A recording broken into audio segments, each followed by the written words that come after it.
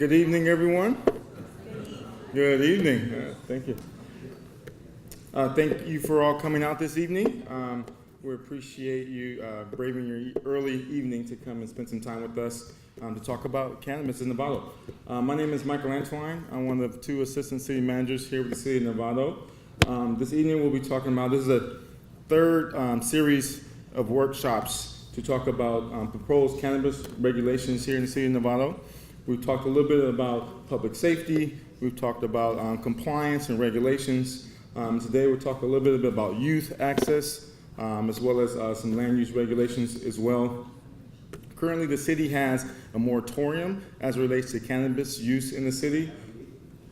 We do have, within that moratorium, we do have some exceptions where we do allow for delivery of medical cannabis, and we also have two businesses that have a testing lab and a manufacturing facility that were pre-existing businesses. But part of this process is to develop a comprehensive regulatory framework for the city as it relates to cannabis and to the various cannabis activities. So we've had a pretty robust outreach process over the last month. We've held probably 6 or 7 meetings between internal staff meetings, meeting with industry professionals, various community meetings to get a wide array and range of input and feedback as to how cannabis activities should look in Novato. So, we are excited to have the opportunity to, continue that process this evening and also to get your feedback.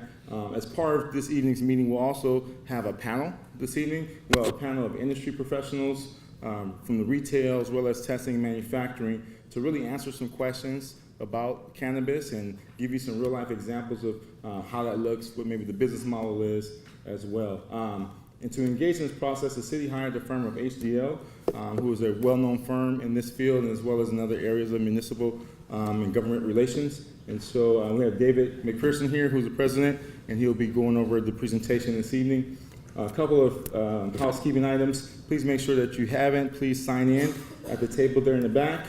We also have a link to our website there, and we have a lot of information to make sure that you stay engaged in the process. There's a survey that's online. We hope that you do take that survey. We've been having a lot of good feedback from that survey.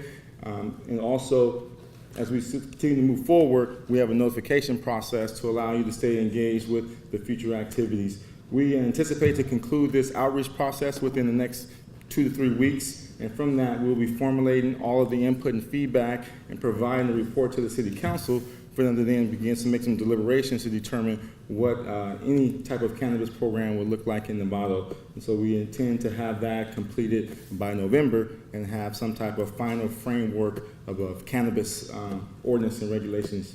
And with that, I'd like to turn it over to David McPherson to deal with the presentation. Thank you. Thank you, Michael. So, since everything's a little behind me and bigger, I'm going to have to read my stuff here. So, as he had mentioned, there been a series of classes, and today's, let's move it over. So, part of the outreach, and we had actually had the business community this morning, we had discussion with them.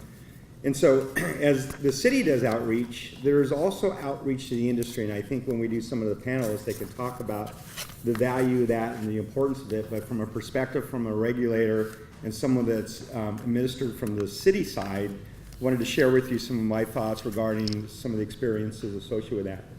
So, on the government side, looking at outreach, as you bring in industry in, not only the collaboration component of it, but also how it affects people around you as a business. And when we were working with businesses on the outreach component of it, we built it into the regulations or the city ordinance that they have to establish. Part of the criteria is to establish a liaison for their business so that when businesses around them have problems or concerns regarding issues, they've got someone to go to.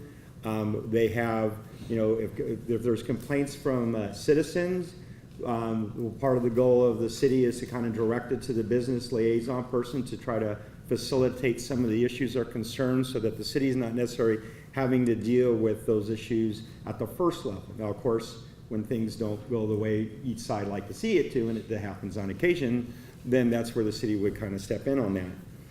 The other thing that we have seen industry do, and is a good practice, not something that's required, but it's a good practice that we recommend in establishing as a city rapport, is not only along with that liaison stuff, is that we've seen them where they've actually put signs out, a little sign that says, "Do you have any concerns regarding this business?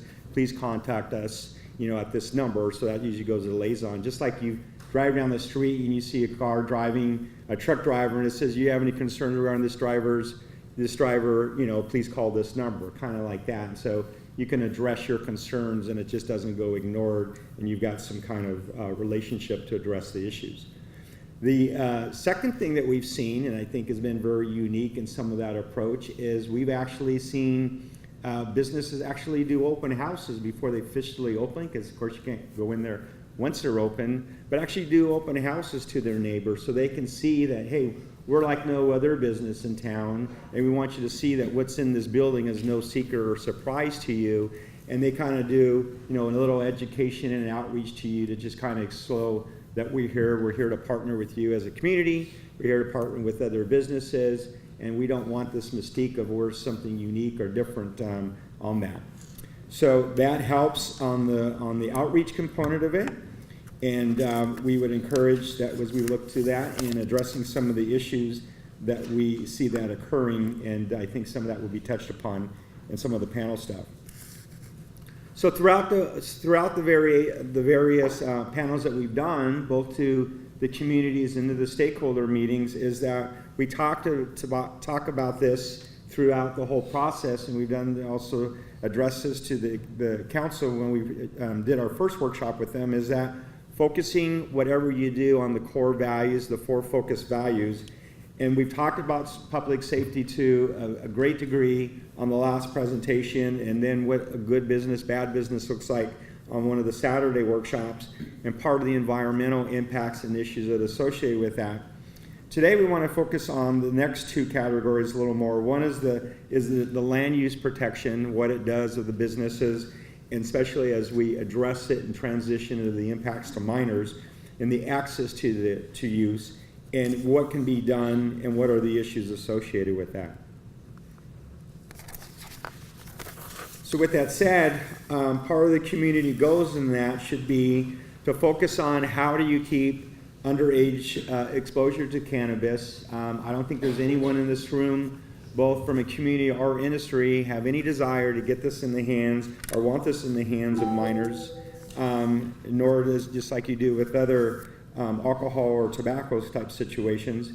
And also addressing some of the disorders even from adult uses as far as concerns of safety, overusage, how to properly use them either as a medicine or as an adult use product, and making sure that there's education associated with that, not only from a city side but also from an industry side, and what requirements can be provided to promote that in part of the process. And of course, we can reiterate back to the public health and the public safety component of this, which is essential in the core values.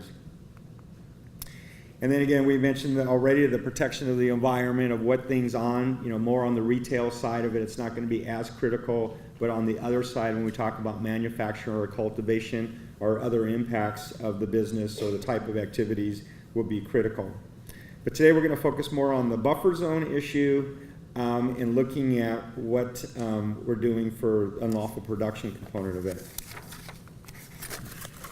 As we mentioned, we wanted to really focus on the first part of this, of looking at the access to youth. So a broader availability of what that means, how do you reduce that, what makes it easier for access to the youth, or what doesn't, so you're making sure that whatever that low-hanging fruit component of it, where they get exposure to that it's eliminated or controlled to make sure it's not addressed. As alcohol came in about and over the years of experience of addressing, where kids were going to liquor stores and trying to convince someone to buy them product, kind of what it does here, it has a unique difference as far as how that can be oversight to that, where you don't have it at a liquor store or even, getting access to bars of underage. So legalization could also lead you to believe that the cannabis is completely safe, and so where there's education of where there's a product is good for people that have certain certain ailments as youth, and with the proper doctor's oversight, things of that nature, there is a proper education to that. But also the myth that they think that they get comfortable with this product, just like they get comfortable with alcohol, that while it's not that bad or harmful, that becomes a very important part of how they are educated and make sure that the rates of youth access stays down. And we're going to talk about a study that just recently came out as well. Because as we know, and it's been said enough, as we become into a regulated world, or how much it impacts a youth brain and how the development of that brain under the age of 24 has some impact of that. So trying to make sure that they're not exposed to that becomes very critical. So there's been surveys that have gone out about surveying youth about their access to this. Interesting enough, the survey that was in the 2015 poll that did throughout the United States, not just regionally where cannabis is being sold both legally, but throughout, they pretty much say that it's fairly easy access to it. And I don't think that's any surprise because of a black market that doesn't have any interest to try to eliminate that or discourage that. But ironically, a poll that just came out in the last 2 weeks actually did a poll where it tested almost 1,500 kids or surveyed them through a variety of areas in jurisdictions, that it said that the actual uses is still in the 20% range. So although they believe that there's easy access to it, it doesn't mean that there's an overwhelming higher degree of usage of that hasn't been. And it talked about Colorado, where the youth before 2014, or I mean through 2012, where it was somewhere in the range between 17 and 18%, and of course when it became legal and recreational, that it did jump up a couple points, but all of a sudden now it's actually phasing out back to where it was prior to that time. So where maybe youth are exploring with this, and then all of a sudden saying, okay, well, I've got over exploring with this. It's not that risky of why the peer pressure of doing it has changed, and I think better education by parents and marketing to kids about what's good and what's bad about it and what the impacts are to them.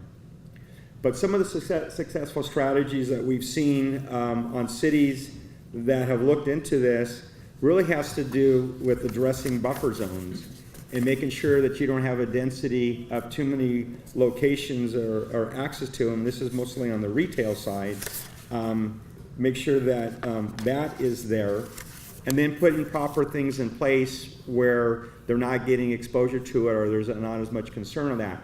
Historically, what we have seen for the last probably 6 to 8 years is dealing with a rogue industry or an industry that was black market that all of a sudden becomes co-op and collectives, and they're not under the oversight, and cities were just kind of letting them exist and not doing anything about them, versus really taking a good oversight and creating regulations. Of course, with the state now creating a bigger, robust criteria for them and shifting who's involved in these businesses, and you're seeing other people getting involved with this business. There are former tech people, former doctors, former investors, developers, people that see this as an opportunity of a new business, and even other retailers that were in other businesses that were in restaurant businesses, agriculture businesses, getting involved in this, and it's really shaping who is involved in these industries and what they're doing to make sure youth are not exposed to this or access to it. So some of the regulations that are going to help this, that have come through the new regulations, is where access to some places are not on the adult side, is people can't get access to it until they're 21, or being allowed in certain facilities until they're 21. Versus just in the medical side of it, when you're 18 years old, and kids that were in high school or seniors were able to go in as 18-year-olds and get access to this. As things are transforming and there's more requirements put in this, and how much product can be sold and go out the door limits that in oversight and control. Because as we go into a track and trace system, they're going to be limited of how much product that's even can be sneaked out the door and try to resold to use. And so with that said, not only who they can sell it to, but also they're going to employ in some of these facilities, how facilitate that where there's some better responsible people working in them as there's more controls. And more importantly is that as you get into a regulated world, which we've experienced a lot in the Nevada and Colorado where we have staff that worked on those, is that you can do undercover and routine inspections on this, and you'd be surprised at how much that cleans up, because when people know they're watching them, then their accountability goes up, because the owners are very critical and not letting their employees get complacent on a lot of these things, and it really shapes some of the perception of employees, which cause a lot of the problems which we have talked about in some of the other presentations. Some of the things that industry is doing and even the cities are doing in consideration is in making sure that they have proper equipment to check IDs. It's so easy to get fake IDs that having proper mechanisms in place and requiring some of those requirements, and of course we're starting to see California just recently transition to having, everyone here is probably going to have to know by 2020 get a different driver's license with different things. And I just recently did mine in August, and now they take your fingerprint, they do other information, do a lot more robust requirements in order to get a new ID that you're going to do. You can't falsify things, and it makes it a lot easier to create fake IDs. So we address community regulations as we talked about in a variety of ways, and the strategies to address that.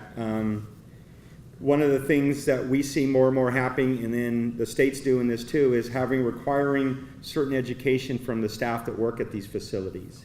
And in some cases, we're seeing a lot of cities, and we recommend that is that they're doing responsible bud tendering training requirements, so that they know not only what they're educating the bud tenders of their legal liability and responsibility, but also the do's and don'ts of the law, because you'd be surprised how much in a transformation world of regulations that they don't do that. So that's becoming more of a norm than a recommendation.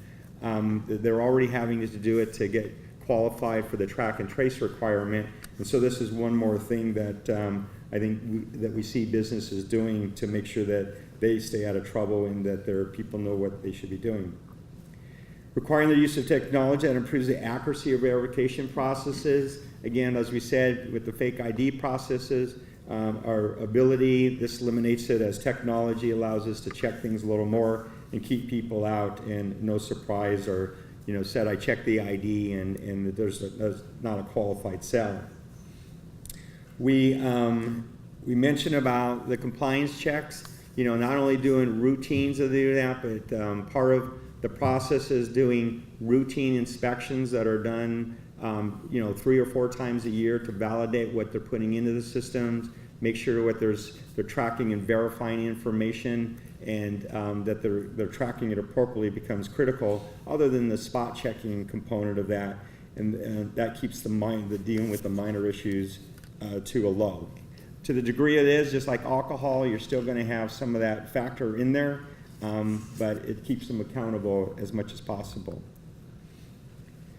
The other big issue that comes into play a lot of times in discussion is advertising. How much does advertising strongly influence young people to consume certain products? It's no surprise that the more you see billboards, the more you see in front of a TV, the more you hear it on the radio, the more they see it in print, it becomes a norm to them and a condition to them that this is something that gets in their head. And so the state has state laws expressly prohibit advertising that's geared and appealed towards children. It was actually written in Prop 64 as well. The cities typically will have certain requirements. We talked this morning about limitations of not having sandwich boards or having people walk around, or cars, advertising on cars, and how they advertise becomes trying to reduce that so it's not exposed to the youth becomes very important process, and a good responsibility business as well. So as we move on to the second discussion of land use, this is the breakdown of the city's zoning sections. And so we will be coming back to council soon with GIS maps, looking at the sensitive buffers for youth facilities, daycares, and K through 12 schools to kind of show where all these locations are and with the buffers, where it means to them and what type of zone areas that certain things can or cannot be just by its natural where it's at, not necessarily where the council may consider trying to restrict certain types of activities in there. But typically retail, a dispensary is going to be pretty much in a retail looking location, but you may see that it could be in a commercial location depending on where it may even be considered. And again, as Michael said, this is only if council even considers moving forward with consideration of the various types of activities. And we always come back to this part of the discussion too in the regulations that's not only going to do with the concerns of the minors, but concerns with the other business community and how it impacts the traffic flow, how it impacts communities, neighborhoods as well, and the time, place, and manner issues.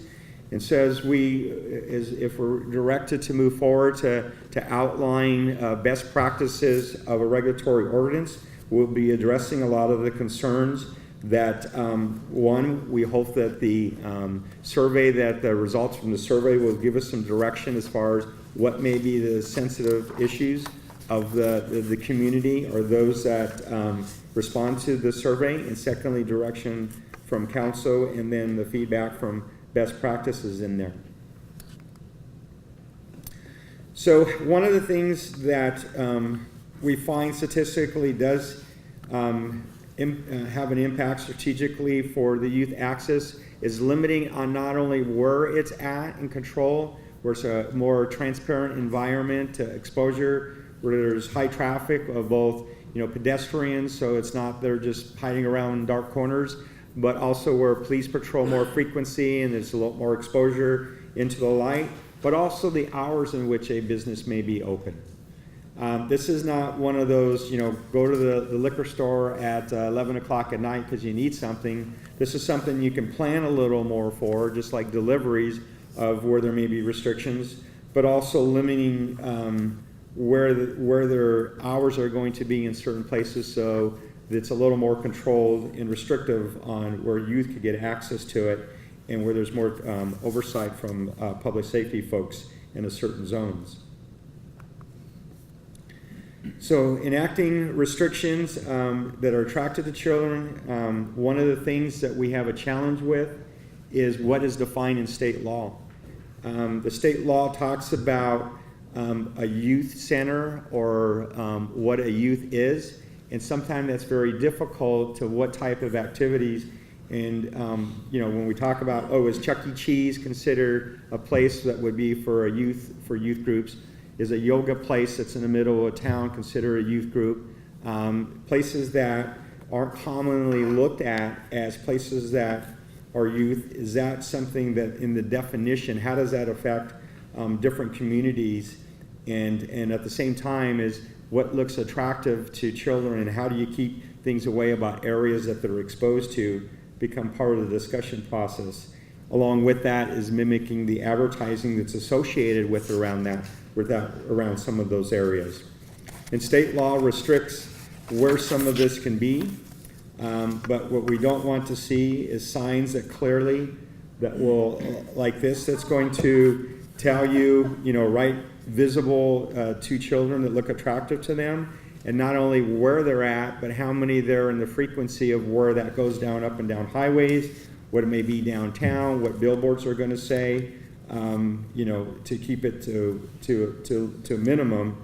And as I already mentioned before, the restrictions on the advertising on both radio, print, digital, and so forth, where things can be. So state law also has restrictions on advertising around schools, and even in possession or consuming it when you're within 1,000 feet of a school, daycare center, or youth center. Now, the 1,000 foot is more of exposure to that or advertising, or even in possession or use of, unless of course you're in your backyard and the school is behind you, is a different story. But it limits that. So there's part of that how we're going to restrictive of the access to minors, so they're not seeing this going to and from school or sitting out in front of the playground or things of that nature, and how that advertising comes into play. And then we mentioned about the 600 buffer. And in the last conversations we had, we talked about the zoning and, where buffers can be. And I think that'll be a more depth conversation when we actually can have the maps of more specifically to Novato, showing where all that really sits and resides. And then that could be a specific discussion that we'll have associated with that for the sensitive buffer areas, including the daycare centers. So one of the research that comes out with this is, again, we talk about clustering and buffer zones, and research on alcohol and tobacco shows that as you create those safe zones and where things can be, you can see just by pulling the map off Weed Maps, where you can see like in Vallejo, where there's a cluster of businesses throughout the town, even though it's a little bigger town and it's spread out in there, but there is areas that youth may frequent more. And so how do you make sure that strategically where you minimize where they're at, how close they're together, so that you don't end up in a situation that that we're going to talk about what Denver ended up with, and then it was too late for them to correct the thing. And so youth centers, again, is the area that we had mentioned, that how you define that. It's going to clear where baseball parks and youth soccer fields are is going to be clear, but when you have private gyms or private volleyball clubs or swim teams or things of that, or a dentist's office that focuses only on youth, changes kind of the situation related to that. So as we mentioned about the density, I show this map, not that this is going to be the numbers, but when Colorado first allowed this, when this became legal in Colorado, this is a map of Denver. And there is over 1,000 dispensaries and retailers in Colorado, and almost 40% of them are in the city of Denver. And they keep joking about there are more dispensaries in Denver than there are Starbucks. And so part of that is because they didn't have a control on their land use and address some of the issues until it was already too late to address that. So part of the concern, again, as we talk about the access to youth, is how do we keep the separation and the numbers so that it's not creating a green belt. And this is not only the retail side, but also on the wholesale, the manufacturers and the cultivations and the other types of activities. So that'll be critical, is how the design or consideration of businesses that may be exposed to where you don't want them to create clusters associated with this, to have an impact, again, not only to the youth, but also to other businesses, or where there's a benefit for being close together, there's also some disadvantages associated with that.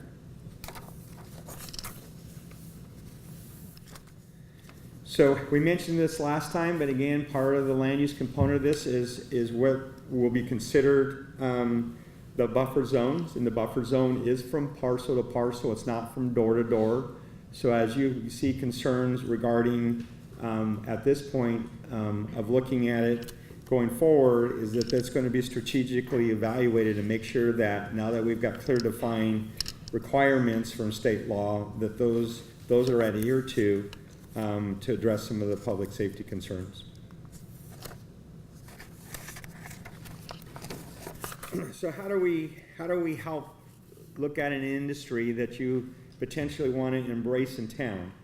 Well, some of the positives, as we've shared with you, is by regulating it, you can get not only good practices, but also making sure that it's done right. We look at a lot of businesses throughout the state, and there's some incredibly good businesses throughout the state that think they've got everything under control and they're in compliance with everything, and they're very passionate about making sure that they're meeting regulations because that's their best practice. It's not necessarily that they're following all the requirements of state law.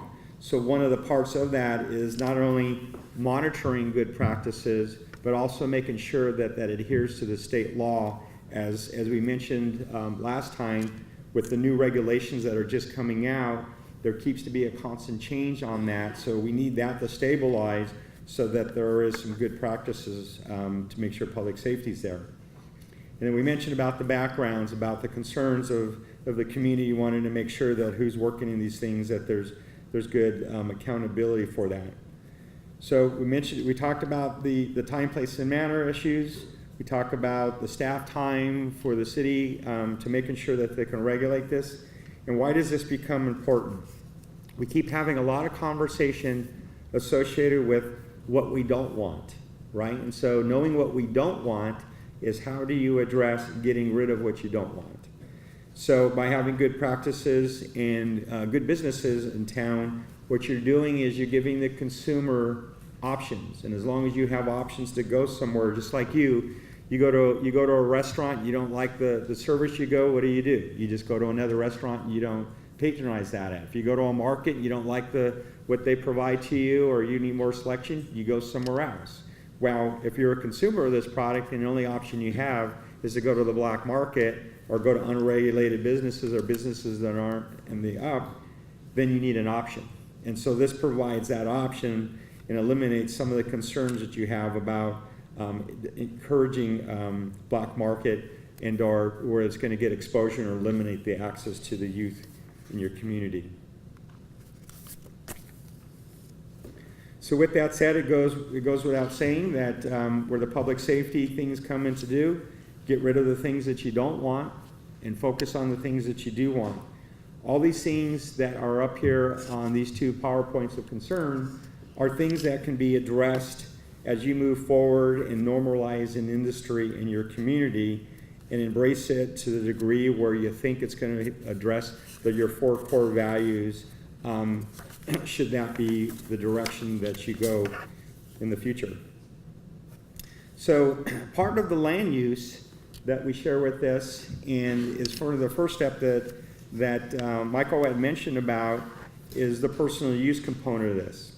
So even though you have a legal right under Prop 64 to have a personal use and consumption, it doesn't mean that you can't be responsible in making sure you're doing everything to not only ensure safety for the people in your household, safety for the property that you may live in, but also for your neighbors and your community by following regulations and rules that are going to be put into place to address the limitations on how much you can have, how much you can consume in your own property, and more importantly is how do you do these things to make sure that youth are not accessed or exposed to them, even when we're talking not only your teenagers or teenage kids, but also little kids that don't know what they're getting exposed to by growing and personally and being exposed to pesticides and chemicals or water or heat lamps or things of that nature that needs to be looked at and very seriously thought out through and take personal responsibility.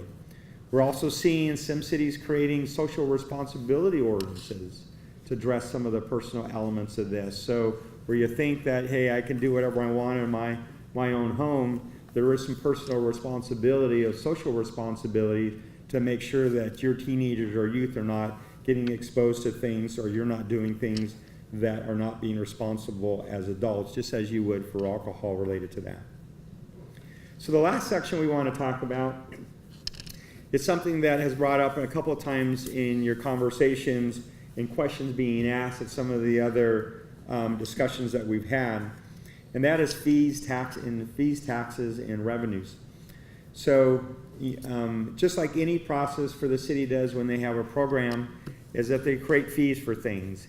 And so looking at what kind of process the council may direct staff to pursue or develop, in any case, in any level of it, there's going to be fees associated with that to make sure that the city is made whole in processing those applications, just like you would if you're a business getting a conditional use permit or any other type of permits, or even getting a health permit or a building permit. You're going to have the fees associated with those things. So this is no different than that. It's just a matter of what type of activities and roles people play in that process.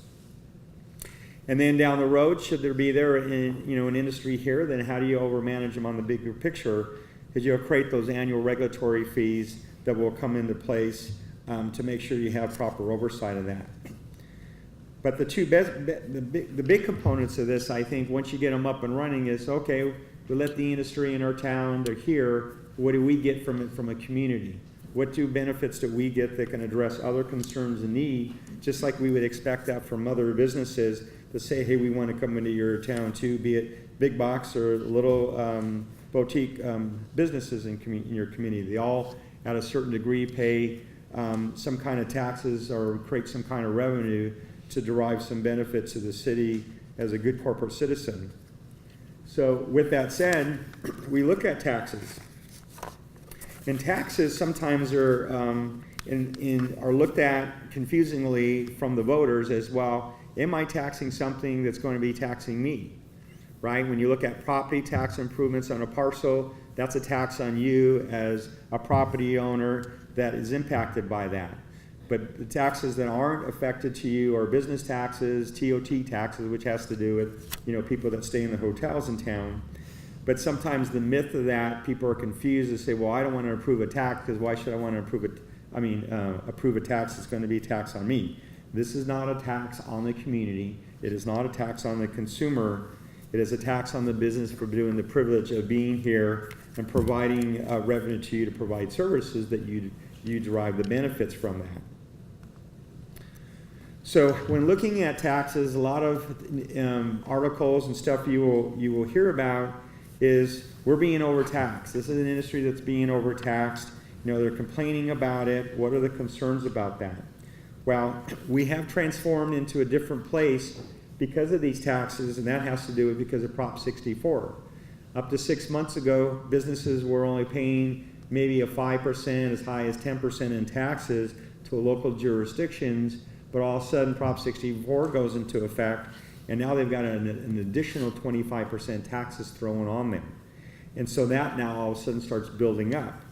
Where we've seen in the states that come before us, Washington, Nevada, and Colorado, they're from 32 to as high as 45% in taxes, and those people felt the impacts of that as a result of that. And so here comes the local municipality saying, hey, we want to have a tax on it because you want to be in our town, and all of a sudden they're getting beat up over it because they're last in the door to create a tax because of the Prop 64.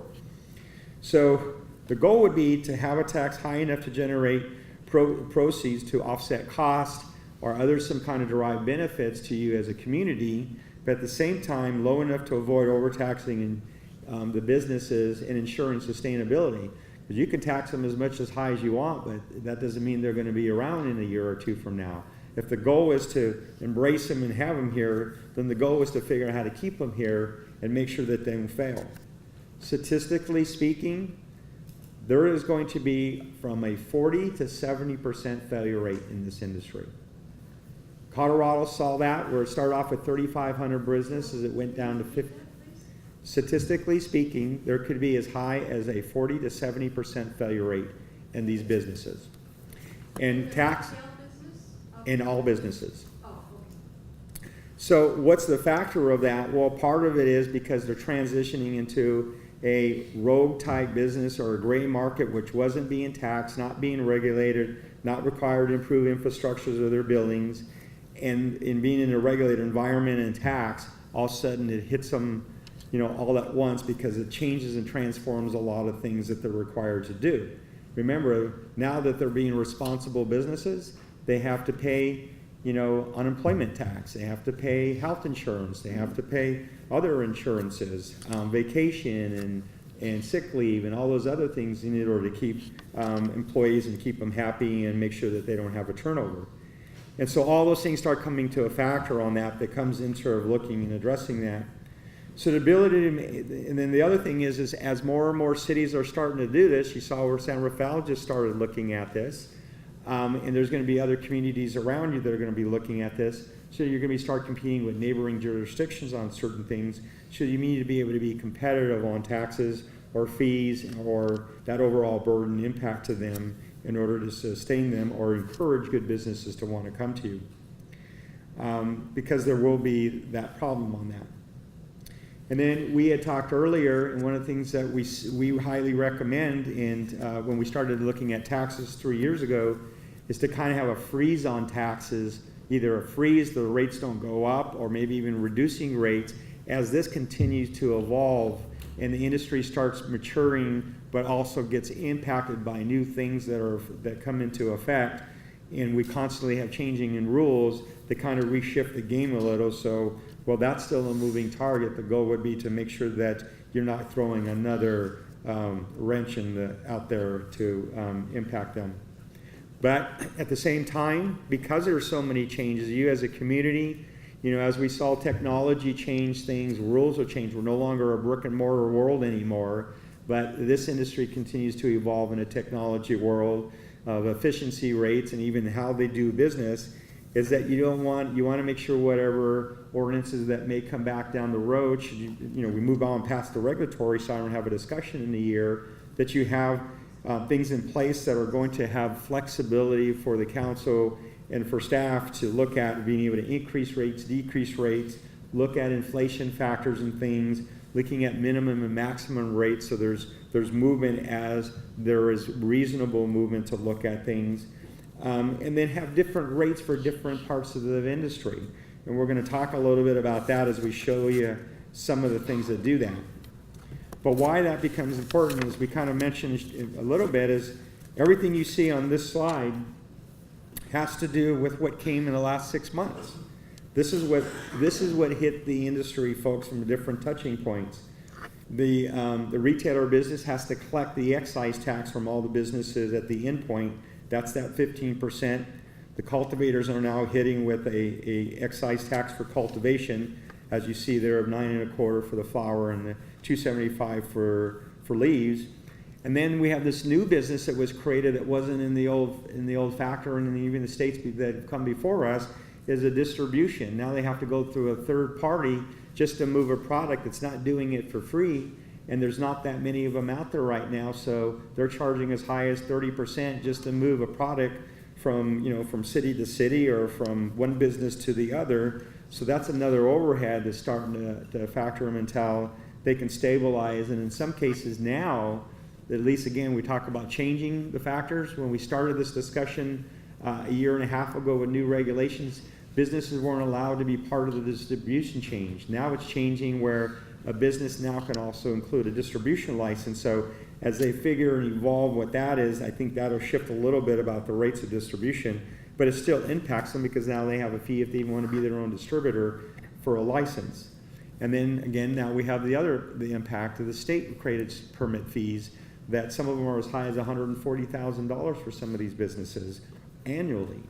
Isn't the state tax? I thought it was 25. Again, if you combination all this, it's equivalent of 25.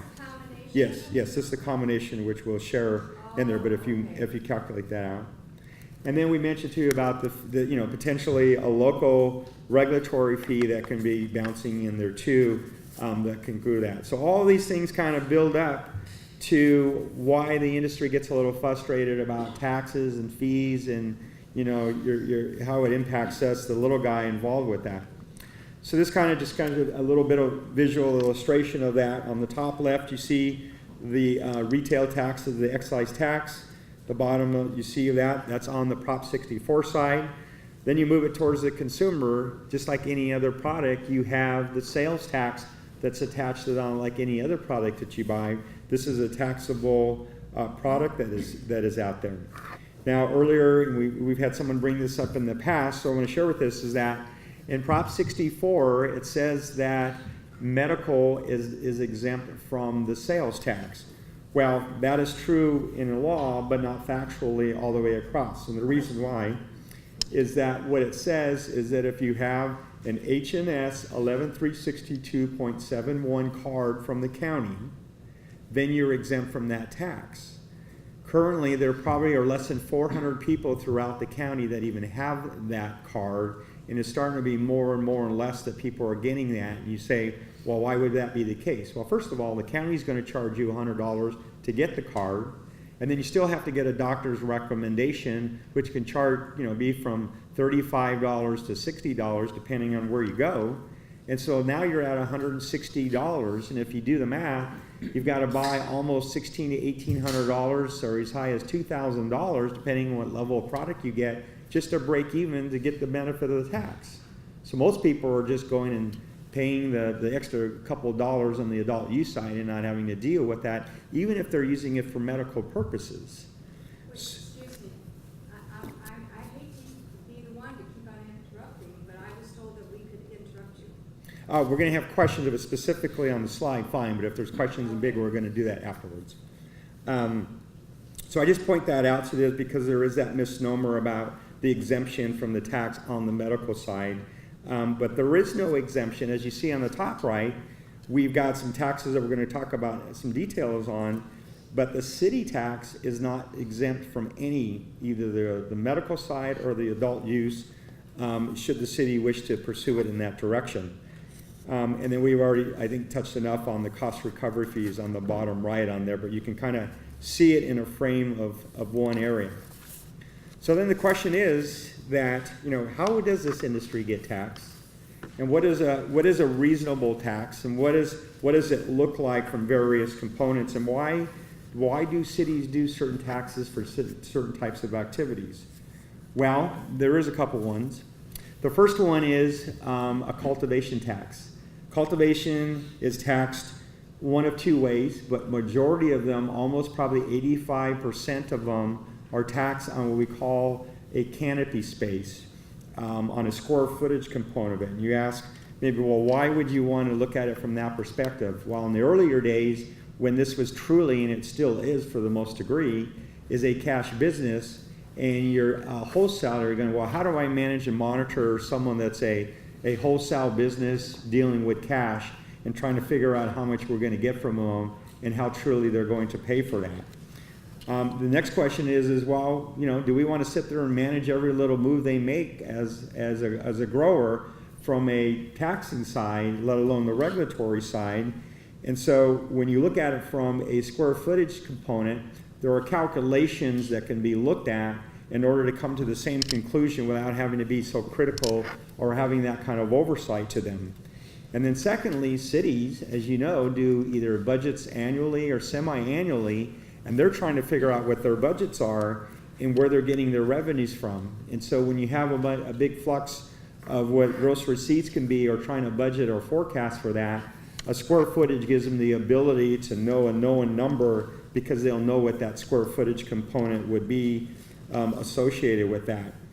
Now on the opposite end, there says, well, you're taxing us on the square footage, but what happens if my crop dies or gets failed or contaminated?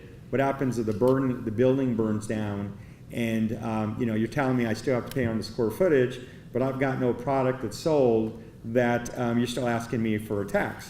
Well, those were good arguments, and those are things that were being addressed. So when we recommend ordinances in today's environment, we actually have disaster reliefs built into those things, and waivers associated with that stuff, because that's a reality that in a cultivation world, that there is a contamination of product.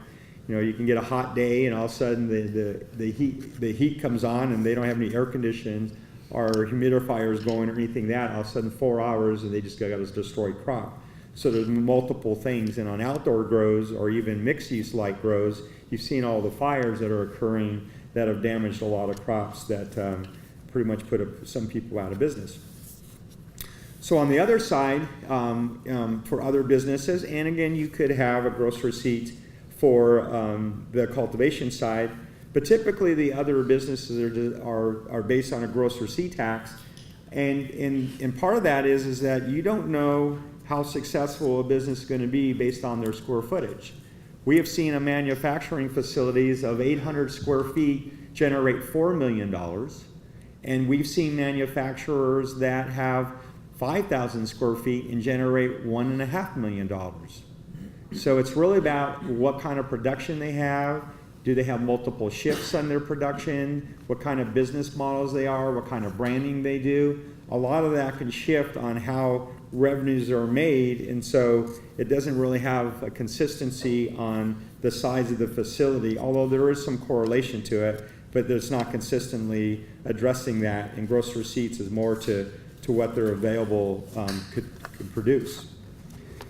So the last slide, this kind of ties it all up and into how it looks and why sometimes you ask, well, then if we're taxing all of them, how do we keep it to a sustainable number on here? And I think you have it on your thing. It's a little tighter to see on here. I can't magnify this, but if you have the printout, but really at the end of this line, and I'll walk through it so you can visually see it for all of us that wear glasses and it's a little small.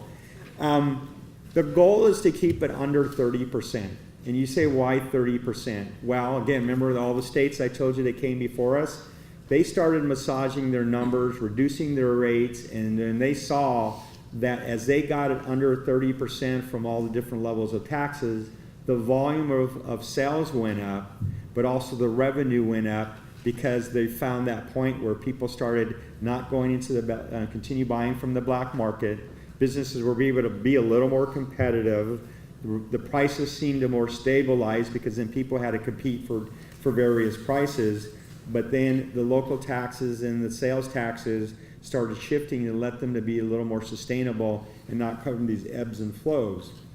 And so, again, remember what I mentioned, we are now at a 25% state level that got all of a sudden hit this wall for all the businesses 6 months ago, and they're struggling. And as we've talked to businesses and went and audited them and looking at their books, and as we monitor, because we have all the data for every retail cannabis business in California, we monitor it from county to county, from city to city, and you can see it from year in from last year to where we are this year of how some of those have been impacted as a result of people going to the black market because all of a sudden they're paying this tax, this huge tax that's included in there that they didn't have before.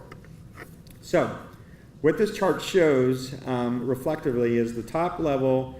What we've done is we've taken a price per pound and put it at the top. So when we looked at tax measures and developed them back in 2016, the price per pound was $2,000 a pound for an indoor, fairly mid-grade flower. Today, that same product ranges from $1,350 to $1,500 a pound.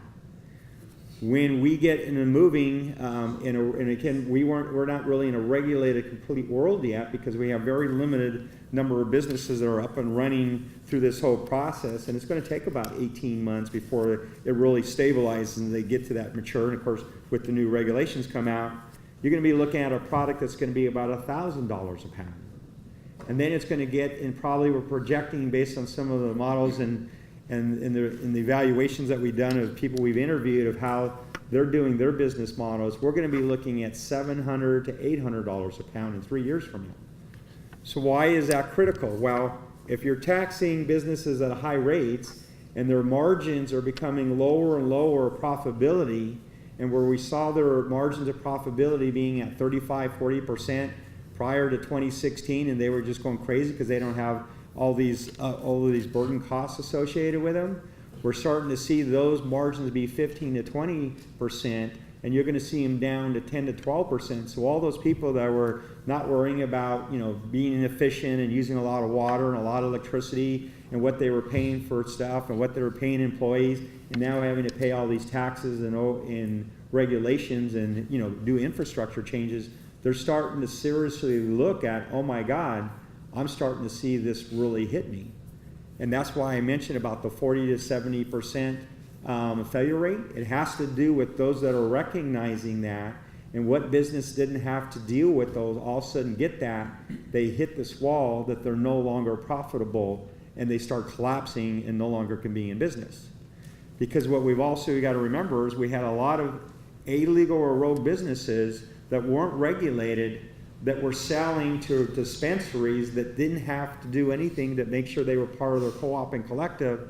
To all of a sudden, January 1st, they said, guess what?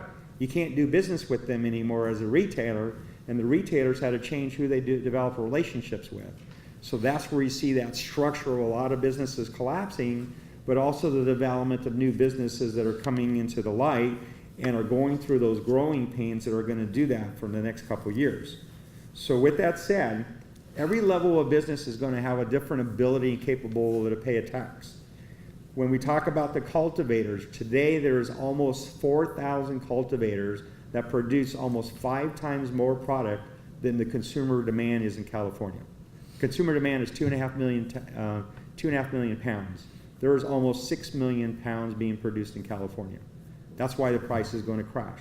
But that's why some of those businesses are going to struggle, and why a tax and the burden on a cultivator needs to be evaluated differently. The next step in that, as we talked about, is the manufacturer. Manufacturing is going to be about 50% of that production product moving forward, because that seems to be what people are looking at. The states that have come before that have slowly matured, where the flower was the dominant 60-70%. We're seeing that to come down, where the manufacturing is high as in Colorado at 60% of production.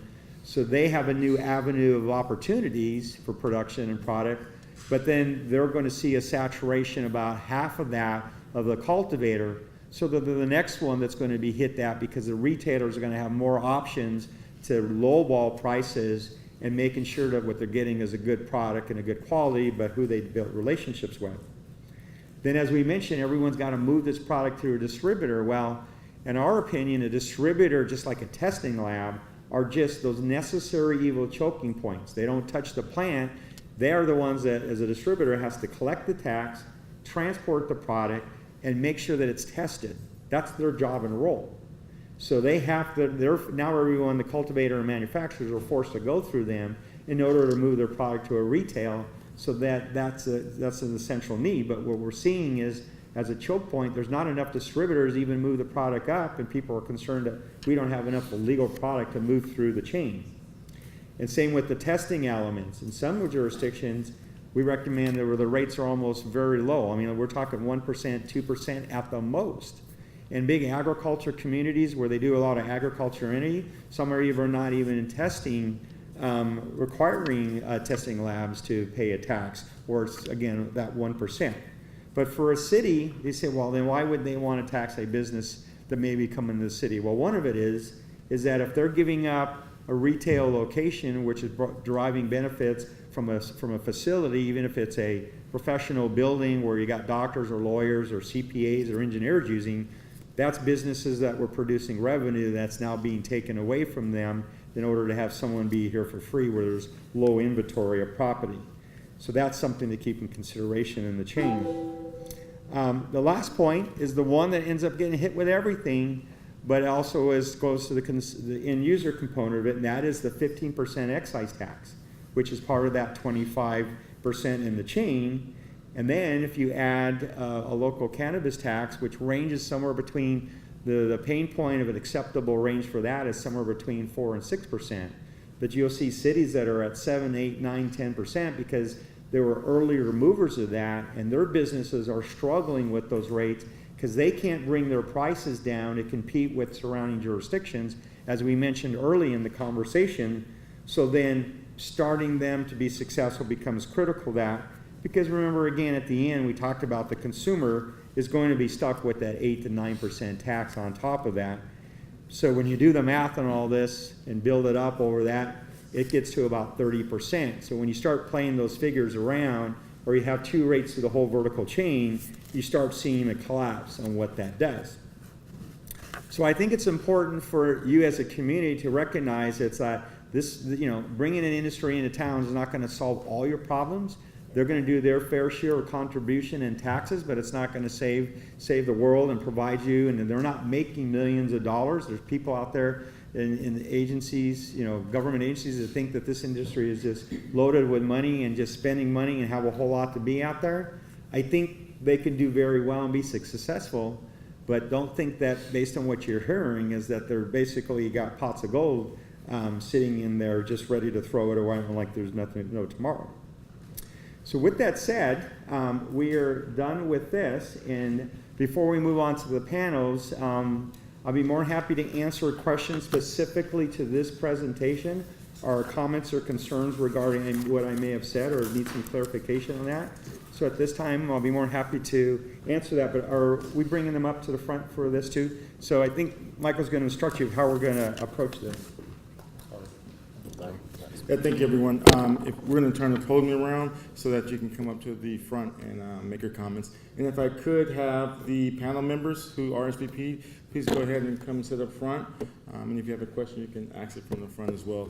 Also, just so you know, as we go through the process, if some of your questions don't get answered, or if you have additional questions you think of later, please feel free to go onto our website and email any questions to us. We will have an FAQ on the website that will address any questions that were unanswered at the workshops or that came subsequently. Thank you.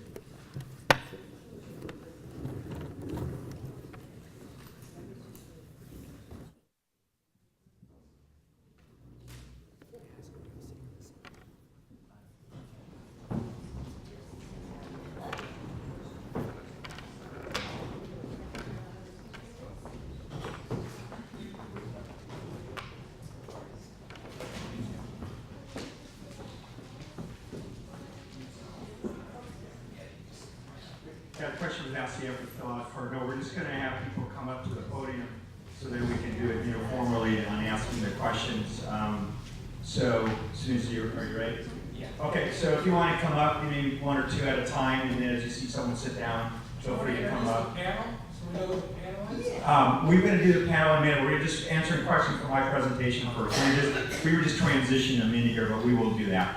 Thank you. So, yeah. So again, we're just going to address questions regarding my presentation, and then we'll turn it over to the panel in a minute. So. Great, thank you very much. Just to kind of round out the tax situation, I've got two colleagues who are on the panel, but we run a dispensary up in Sebastopol, and there's a federal tax regime which we didn't talk about here because it's not necessarily, which is not necessarily as relevant as the local tax in this context. But just so you guys who aren't aware, the federal government has this IRS code called 280E, which lets cannabis. Oh, thank you. Which has cannabis businesses, unfortunately, unable to deduct normal business expenses from their tax returns. For example, the only thing that a dispensary can deduct is cost of goods. We can't deduct labor or advertising or marketing costs from our gross income.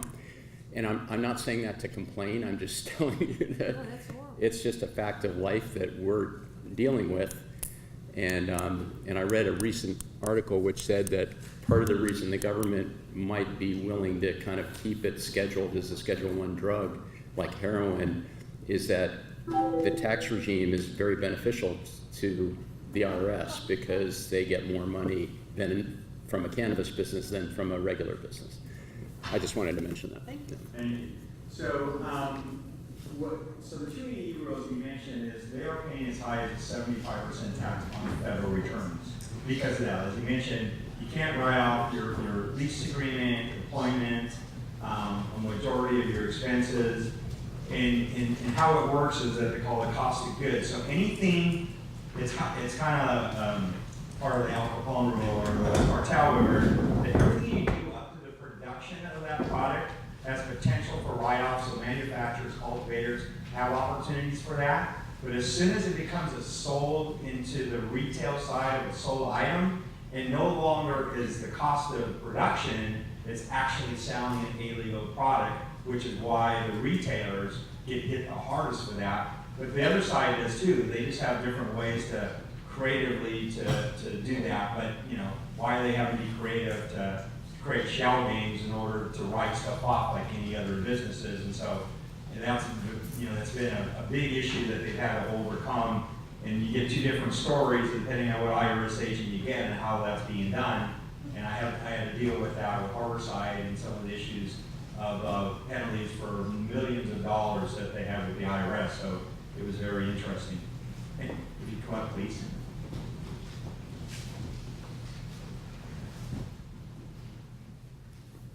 Excuse me. My name is Catherine, and I live in Novato, 11 years. And I once was on opiates, and through my doctors, I am completely off opiates now for over a year. And I rely totally on CBD for pain control. And has it ever been given some thought that people who are on medical cannabis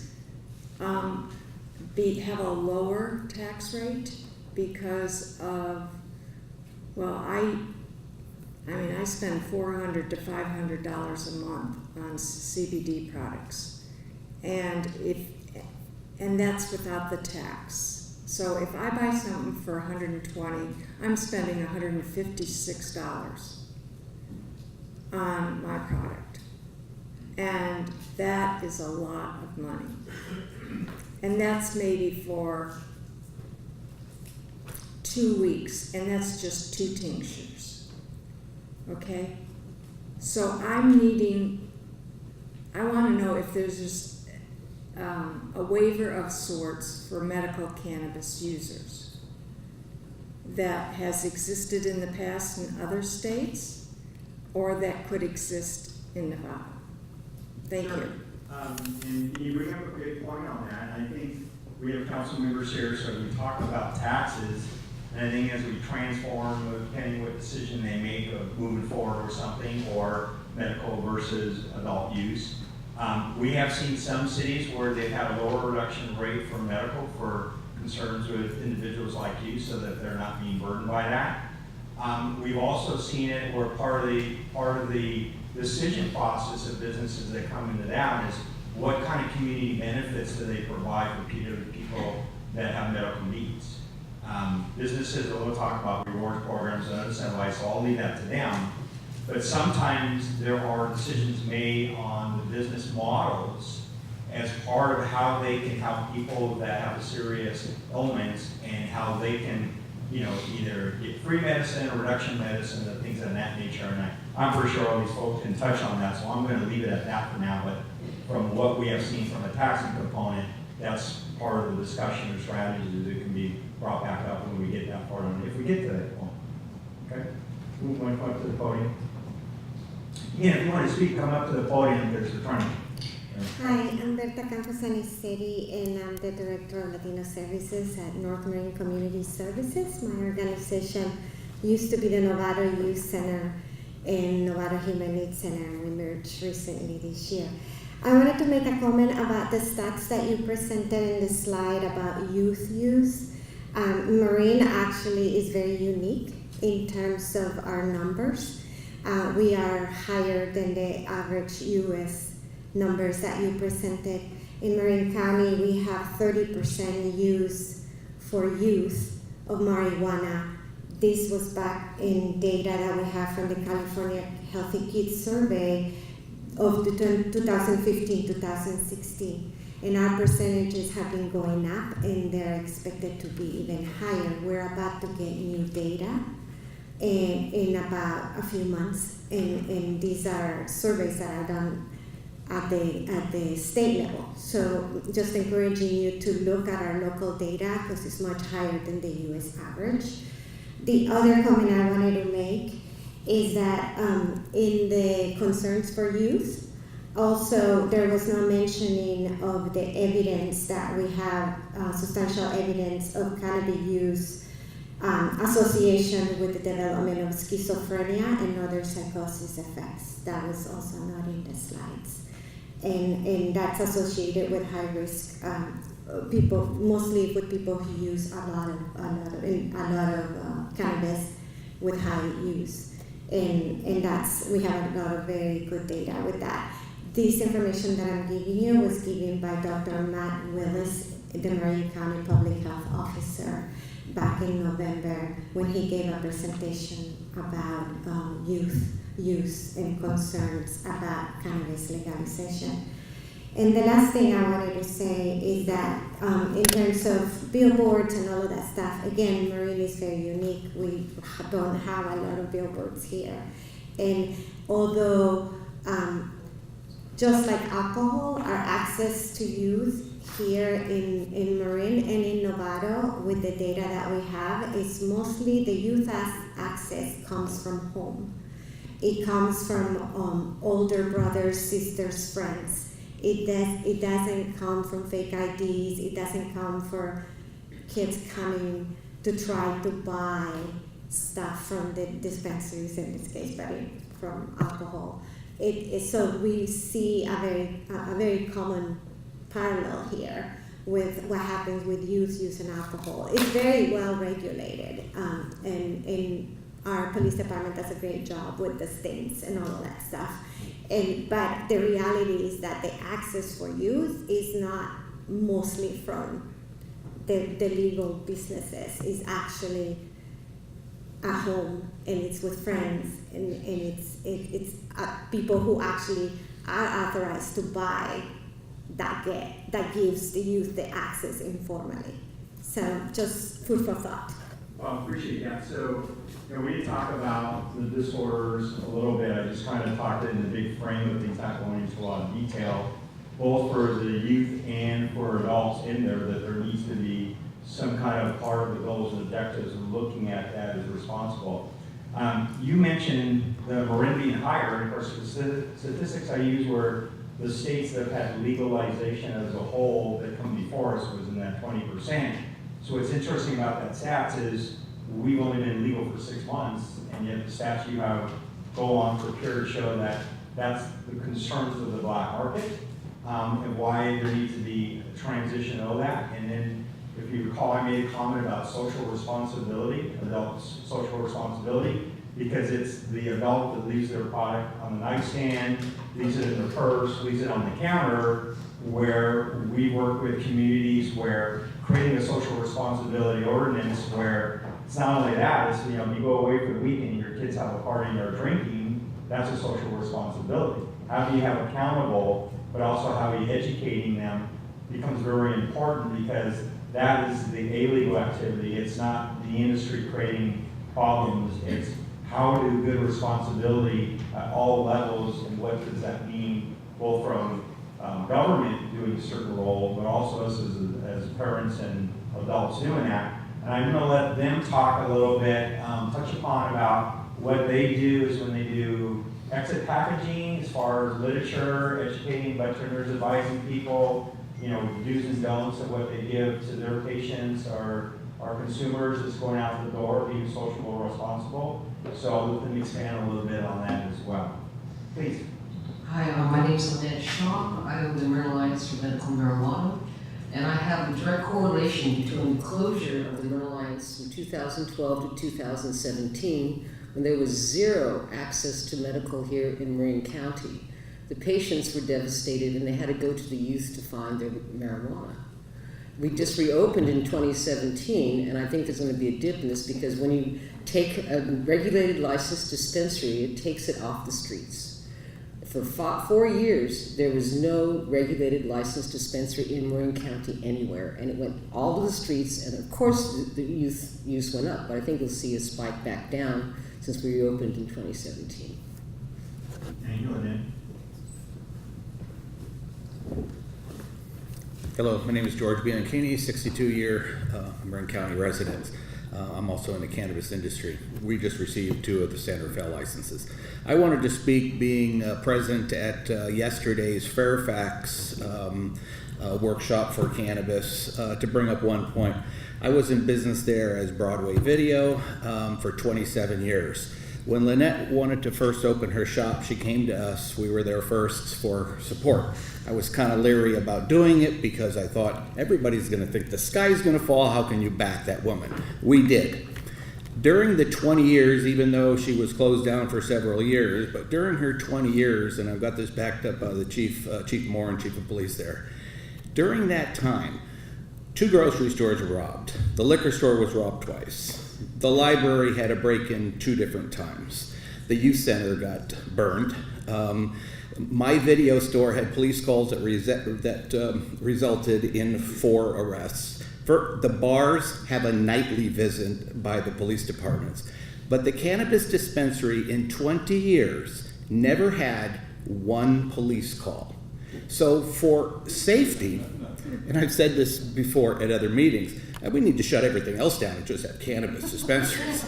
But the point is that a lot of people think that they're nervous, completely understand that, but the fact that a well-regulated market is much better for society, as Lynette had said, once you have free access or fair access, people, adults, legal people to use the product have somewhere to go.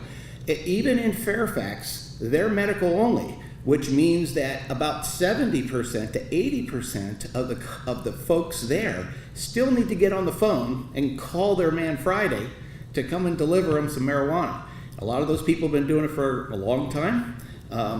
And there are some that are maybe okay, it's still the black market, but there are some that have other things in different pockets and maybe a gun in the back, and they enforce their business the way the underground black market works. So having a regulated market is far safer and has less accessibility for children. So if folks want less access to children, they should consider regulating the market. Thank you.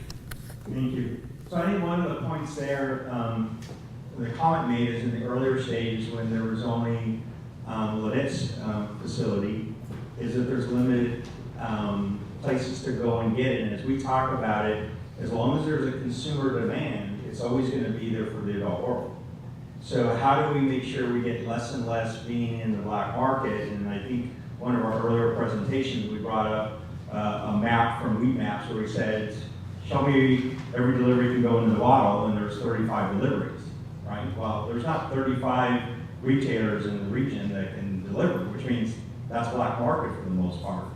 But that means that there's a consumer demand for there. And so how do you address the balance of consumer demand in your community or even in the region to balance that out? So some of the issues that are being concerned regarding the black market or illegal activity transforms into alternatives for people to go to, like the example I gave you for the grocery store or to the restaurant when you don't like the service or need an option to go to with that. So, any other questions related to this topic? Oh, question glasses there. This may be something you covered in a previous meeting, but there's the survey, and I assume that the survey that we're picking up here is also the one that's online. And there are a lot of things that we're supposed to say how we feel about them that are based on the slide on our papers. It's page 5 about the zoning districts. And I just wonder, maybe there's more information online about them, but the areas seem a little gray to me. I don't know anything about zoning, but I don't understand, what neighborhood commercial is, as opposed to general commercial, as opposed to, now I can't see because I got my glasses.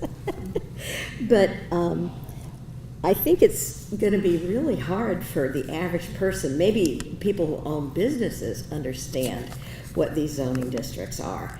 But, for a relatively normal person like me, I think it's very confusing, because we're supposed to rank, 1 through 10, where, what kind of businesses we think is okay to be in these different zoning districts. And I feel like, how can I even think about it? Because I don't know what it means. Sure. Yeah. So, we pointed out a little bit that one of the goals, I think, for one of the upcoming council meetings, we're going to have those GIS maps that are going to have more specific with the buffer zones around them, but it also have the keys that will be tied and color-coded associated with those zones, so it'll be clearly defined and you can visually see that. We were just trying to give you a bigger concept over that because it's going to be a whole discussion specifically to that. Once we have, again, typically the 600-foot buffer for schools, youth facilities, and daycares, it's going to say, here's where these are at, and here's the zones that those are at. And so let's have a conversation about our concern where those are going to be and what those zones will be. And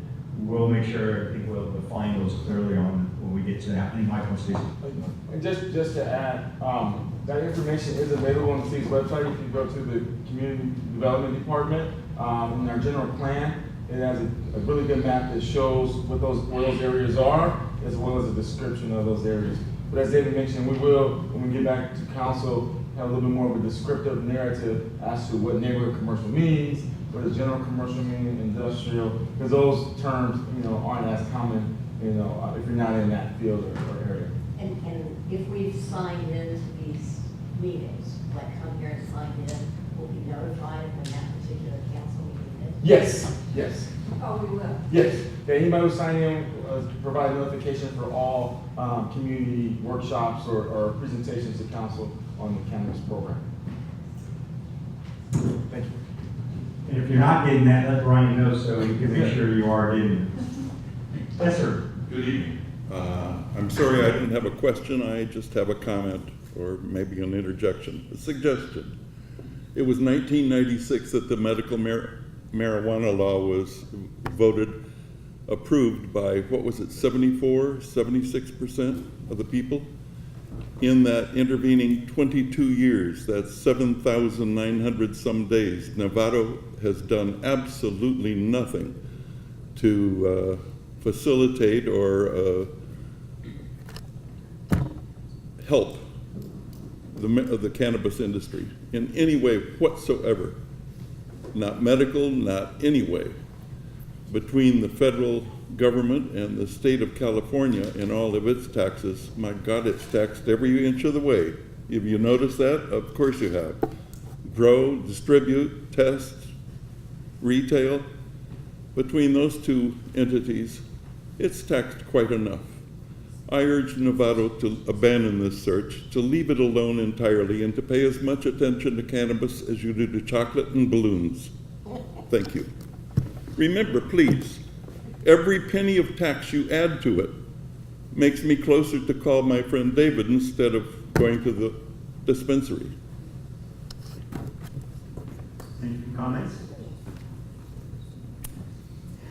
Once again, Catherine Nick Muty, living in Novato, very happily. I just want to thank the HDL Corporation Company for helping Novato with this and teaching, going through these 3 meetings. Now, I understand that we will be now able to come to the city council meetings and not vote, but give our opinions on how we feel about certain subjects. I don't want to be left in the dark now, is what I'm saying. That's a great question. So at the conclusion of this outreach process, we'll complete by the end of August. Staff will be presenting those findings, and that'll be the feedback from these workshops, as well as the online survey. And we'll be taking that information to the council to allow them to begin the deliberation process to see what is the feedback, what has the community said is desirable for them as it relates to cannabis activities. Do they want to see retail storefront shops? Do they want to see manufacturing, distribution? So we'll have that process sometime in September. And then in October, we'll start to look at, okay, then what does that look like? Is that now 2 or 3 retail shops? What types of businesses will be allowed in Novato? So you'll have a couple more opportunities to provide feedback to council before they make a vote or decision on what the final regulations will look like. And again, that information will be available on our website. If you signed up, you'll get an e-notification via email regarding that information as well. Thank you very much. Quick comment. I know this is taking a long time, but I'm a nurse, and I've been working in hospice and palliative care for most of my career. Currently a palliative care nurse, and You have to get ready. I'm a palliative care nurse, and I think one comment that you made about putting signage up saying that to call if there's anything wrong with this business should be in front of the liquor stores as opposed to the dispensaries. I take care of all those people with those serious illnesses from cirrhosis and so forth, so I just want to say that's a big cost to our whole society, and there isn't any evidence that marijuana is doing that. So that's just my comment. Thank you. Sure. And I said there are some folks that have done that because, again, as an industry that's transitioning and trying to normalize and be accepted in the community, they want to let the community know that they're not trying to hide anything, that if you have a concern, that they want you to be approachable. And so that was something that they've done. It's not something the city's mandate that they do that. And you would be right. Anything that's in that. Sure, I understand it. And that's the industry that has created that, again, to that normalization. We talked about this morning in the business communities about, this is nowhere to hide now. It's to get them normalized and make people more comfortable that they're no different than other businesses. The more that you are educated and understand what they do, that it becomes just like any other business that's in town. I agree with you. So let's make sure we're not making it so different that it looks like something different. Again, it's about that perception of making a community comfortable when it needs to do that, and everyone's in a different degree.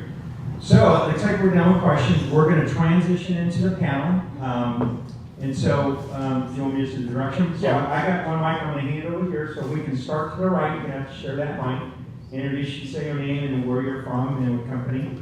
And we will transition to this side. Good afternoon. My name is. Could you move this up, please? Good afternoon. My name is Bill Harriet. I represent Lipizome Formulations Incorporated. We are a licensed medical cannabis manufacturer and distributor here in Novato. We're a biopharmaceutical company located in the Belmarin Keys area. And we make pharmaceutical grade cannabis products. And I'm here to answer any questions anyone may have about our operations and the products we make and how we can be of service to the community. You exist now? Yes. Could you say the name of your company one more time? Yeah. Lipizome Formulations Incorporated, otherwise known as Lipomix. You can see us on the web at lipomix.com, and we're in the Belmarin Keys area. Hi, I'm Eli Melrod. I'm the CEO and co-founder at Soulful. We're a licensed cannabis dispensary in the city of Sebastopol for both medicinal and adult use, with the mission of helping folks improve their health and happiness through the responsible use of cannabis. Hi, my name is Tess Kofoid. I am the Senior Director of Communications, Marketing, and Branding with Soulful. I'm also a mom. I have a 9-year-old daughter, so this is a very important topic, and we're really feel touched to be a part of the conversation with everyone here. Hello, my name is Maurice Solis, and I'm one of the co-founders for what will soon be formally known as Relief, and will pretty shortly be Plantasia, which is on my polo, and also one of the co-founders for Plantasia Innovative Research Labs. My name is Tari Kalazre from San Francisco. We run Bay Area Safe Alternatives. We've been in business since 2003. I came to participate, I guess, and answer some questions with regard to the taxes and the cost of doing business. David McPherson did a fantastic job explaining all this stuff. There's also a lot of additional compliance costs that the cannabis business is having to deal with, and that would add about, in my opinion, 20%. So it's getting expensive. Are you a retailer? I'm both a retailer and a distributor, yes. And what's the name of your company again? Bay Area Safe Alternatives. I'm sorry. Bay Area Safe Alternatives. Safe Alternatives. Very nice. Thank you. My name is Sarah Schrader. I'm a fibromyalgia patient and a mother of 2. I sit on the San Francisco State Legalization Task Force as well as the Sonoma County Cannabis Advisory Group. My work experience has been for the nonprofit Americans for Safe Access. I've been a legal assistant as well as founding Compassionate Health Options with Dr. Hania Bart. I'm currently working with both retail and micro business facilities, which includes cultivation, distribution, manufacturing, and retail. And I was invited here with BASA today. I'm here. I help them with compliance. Hi, good evening. My name is Chris Schulman. I'm the general manager of Grassroots, a medical and adult use dispensary in San Francisco that's been in business since 2005. There's no deliveries up there. These are all dispensaries, correct? We double up. We could do deliveries. You do deliveries to Sebastopol, you do deliveries, or just a dispensary? Just retail. Meaning you have a set location? Yeah, brick and mortar. There we go. So I asked. And are you Corey? Excuse me? Did you say, what's the name of your company? Lipizome.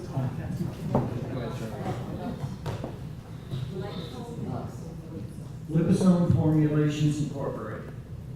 Lipomix.com. Yes. And where's that located? 42 Digital Drive, Novato, California.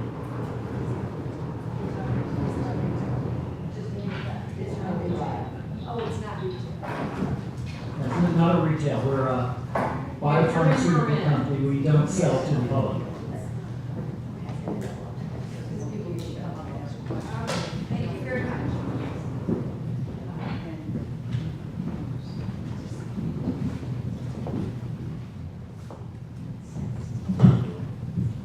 So with that, you know, the intent here today with this panel is to try to get a mix of different types of cannabis industry folks here, manufacturing, you have some that do retail and do distribution.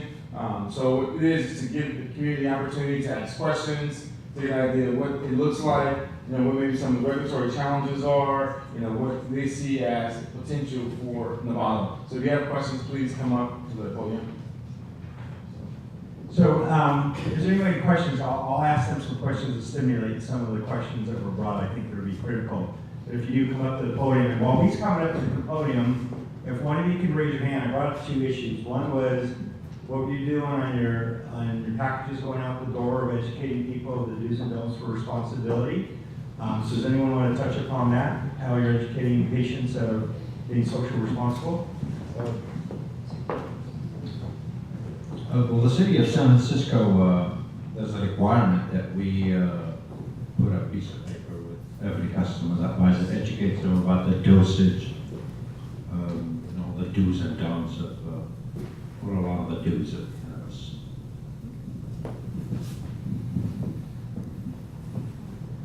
My name is Alan Markrack. I'm a 50-year resident of Marin County. I have 30 family members living here.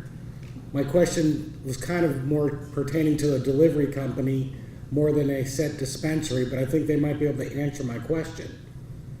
If a licensed delivery company in Sonoma County delivers to Marin County, say they deliver directly to Novato, the sales tax goes to what city? Novato, or does it go back to Sonoma County? I'll answer that. I'm the tax man. Bradley Bird's law says that the principal place of negotiation where that. So if they're in Sonoma County, the sales tax goes to the place of negotiated and executed. Just think about Domino's, right? You call Domino's, but they come to Novato, but they're your neighboring city. The tax goes to them for the sales tax.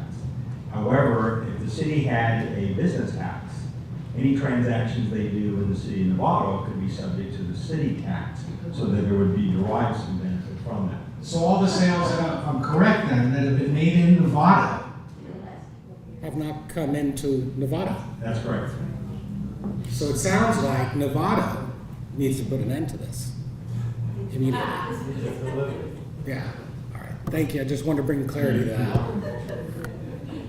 Anyone else want to come up? While we're doing that, maybe Tess, you can talk about some of the, if you do, since you have youth, some of these parents about what things can parents do, especially someone that's from the industry of educating youth from an adult or a parent perspective, and how you probably provide some information. Of course, I think that, so I come out of the wine industry. I spent the last 10 years in wine marketing and tourism. I grew up in a household that was very cannabis friendly, and my parents didn't drink. And I remember growing up having a lot of other parents not want to let their children come to my house. Because God forbid, my parents, would smoke a joint and put on a Beatles record. And that was kind of how their night ended. And so I think what it really comes down to is being able to have the same conversations you would with your children about alcohol, or the same conversation you would have with your children about the prescription drugs that are in your medicine cabinet. I have had a talk with my daughter about cannabis. My father grows medicinal cannabis in his backyard. It's always been around, and it is my responsibility as a parent to, number one, have an open dialogue with her about everything in life. It's not just cannabis, it's about how you choose your friends, how you treat other people, alcohol. It's the same thing. It's all about raising children that we can teach them responsible consumption, but then also being a responsible parent and knowing that you keep it hidden.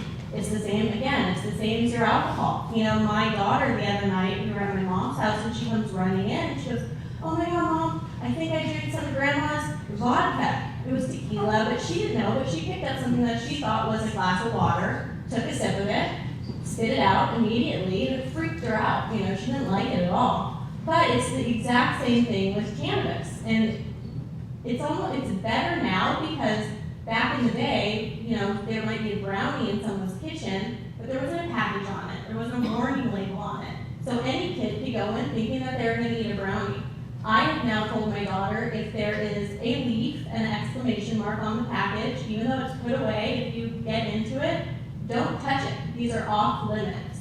So I just think as parents and as a community, you just have to talk to your kids. And I mean, I know maybe that seems a little too straightforward, but I think that's really what it comes down to is it's your responsibility as a parent to teach your children. You know, if a high schooler comes home drunk, you don't call them or Lagunitas and get mad at them for producing beer. You would get mad at yourself, at least I would. I would get mad at myself for having left that accessible to my child.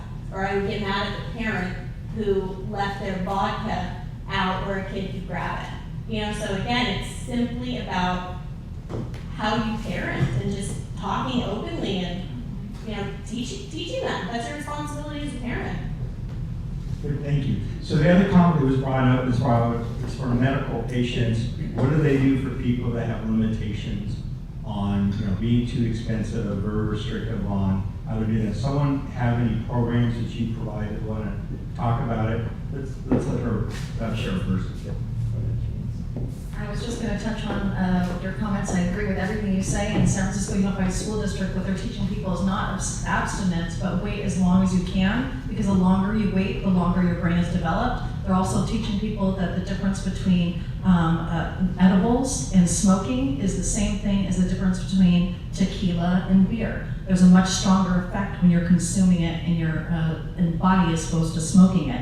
In Colorado, there were a lot of people that were ending up in the hospital on overdoses of cannabis because they were using edibles as well. And what they developed was a very widespread campaign at every bus stop. For the very first time, try 5 milligrams. And the point there is so that people know what the dosage is. They start as low as dosage as possible so they don't end up over-consuming medicine and ending up in a place where they have a bad experience. When it comes to compassion, I've been a compassion patient for over 20 years. What that means is I've been relying on the generosity of other providers to be able to help me because I can't afford my daily supply of cannabis. Right now, we are still only exempt from 1 out of the 3 taxes when we are medical cannabis patients going to purchase at a facility. But cities and counties have the authorization to be able to create their own compassion policies. There's also a bill at the state introduced by Scott Wiener that would support compassion. And I agree with you that there's a lot of hypocrisy in requiring a state ID card because if you're a low-income patient, to require them to go to the doctor and go get this identification card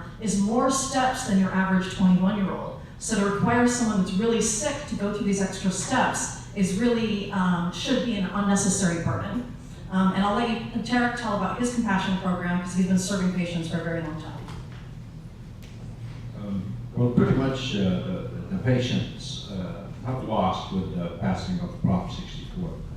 And what we ended up having to do is, since we are a compassionate club and for many years, we began, I guess, eating that 15% excise tax for the patients and taking it out of our margins. We're hoping that business will increase and it will pay for itself. But yeah, I mean, it's a huge burden. It's getting more expensive. The people that started this stuff, you know, they're revolutionaries. They never rule. They always get tossed.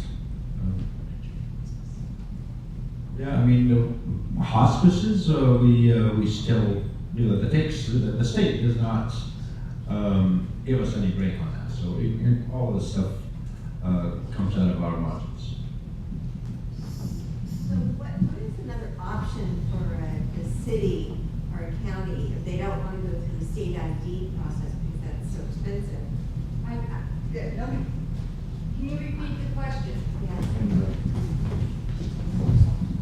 Hi, my name is Pat Ackland, and I'm on the city council.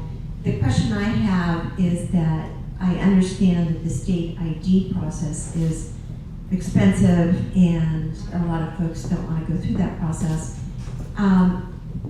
What is an alternative for a city or county to be able to verify that, yes, this is a compassionate use? Is there another alternative? Should cities or counties issue cards at a lower price? I don't know if we can or not. what is an alternative for us if we want to implement something like that? The price is based on participation per county. So what that means is your Department of Public Health state ID card price is based on how many people are participating. So the more people come down and participate, the lower that cost is going to be.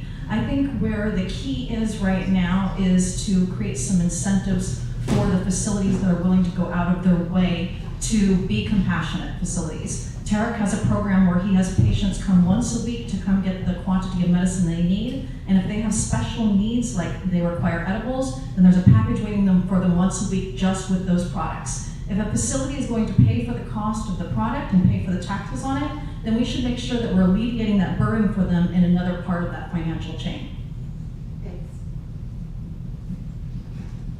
And I mentioned a little bit about in the evaluation criteria of bringing businesses in, it's part of their business plan where if you said, okay, what kind of community benefit do you provide for patients in need? And how they describe that, you can put a weight in the scoring element or the evaluation if you're limiting the numbers that are coming in town based on their willingness, and what kind of business models they have, and kind of historical, what they demonstrated that they're truly genuine and have done that in the past as part of the mission and goals of the program. Any other questions that we have? I was wondering if you could comment a little bit on the education that you do for patients. Because I don't know if the community knows how wonderful some of that education that you do is for the patients that come into your dispensaries. Could you just talk a little bit about that? Education is really core to our mission, and so the first thing we did is that we had a lot of folks coming in who really didn't understand cannabis at all, but they had heard that they could help them sleep, or they're getting pain relief, and they had friends and family members who had these experiences. And so we actually put together these field guides. They kind of have like a cannabis primer in them that we distribute to all new customers or patients who come into our store, and that helps kind of give them a framework for how to think about the product. In addition, we host a lot of educational events in the evenings, ranging from women's health and cannabis. We've had events on, we hosted a local moms group about how to talk to your kids about cannabis and how to keep it away from them. And part of that is, I think, brick and mortar is really important, for at least it works really well at Sebastopol because it allows us to have those spaces where we can get the community together and have these educational events.